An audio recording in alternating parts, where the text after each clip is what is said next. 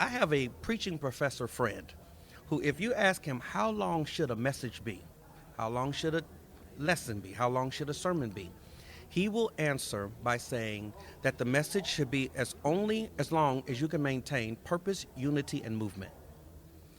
He doesn't mention time. He mentions purpose, unity, and movement. And I think those are key elements of effective communication. Purpose just simply means when you stand up, you should have something to say. How many points should a sermon have? The cynical answer is at least one. And then unity should build every element of that message around its purpose and movement to a logical conclusion.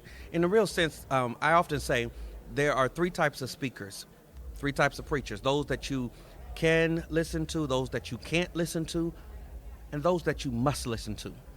And we need that final category, compelling ministers who demand a hearing, who earn a hearing because they know what to say, they have something to say, and they have worked hard to say it well.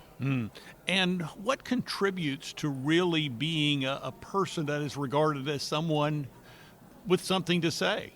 Yeah, I think, as I mentioned before, it starts with the life that you live before the Lord. Spurgeon told a young minister, that if you want to attract people, go to the pulpit and set yourself on fire and they'll watch you burn.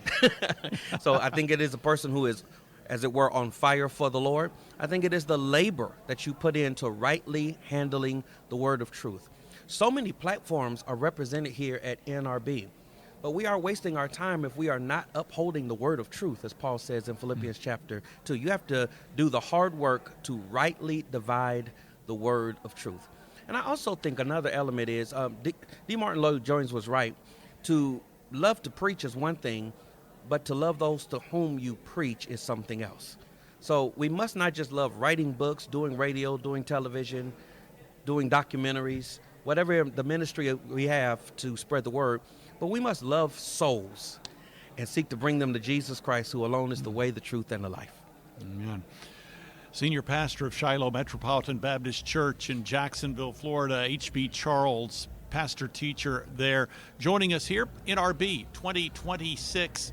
This is the Meeting House here on Faith Radio. Well, Pastor, as we wrap up our conversation today, one of the things I like to do on my program is just share where we're seeing God at work. So if you had to describe where you're seeing God work through you and your congregation, how would you describe that? What do you see God up to? I started the year, this is a personal anecdote. I started the year and asked the church, I said to the church, the sign that the Lord still has his hand on the church is that he's calling men to preach. And I said, if anyone is asking the question, am I called to preach?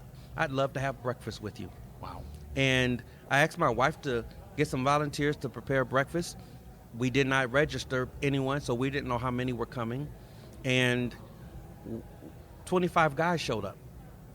And we have a follow-up when I leave NRB and get home, God willing, with 10 more guys who didn't make it to the first meeting. And I'm just excited that there's some senses that it feels like there's a famine in the land, but as God told the prophet, I've got thousands of knees that have not bowed to Baal. God is still raising up voices to proclaim his word. I'm seeing that in my own ministry and beyond, and it's a great encouragement to me. I was going to say, what do you attribute that to? With you give the invitation right there at the first of the year, 25 guys step up and say, hey, here I am, send me. That's very striking. It is not something that I had been setting up for. I think it is an evidence of God at work. And Warren Wiersbe used to say that if you can explain it, it means that God didn't do it. So I think our ministry is committed to the word, and I think it is attracting young men who want to know the truth. And out of those men, God is raising up some who he will use to proclaim his word to the next generation. I'm encouraged by that.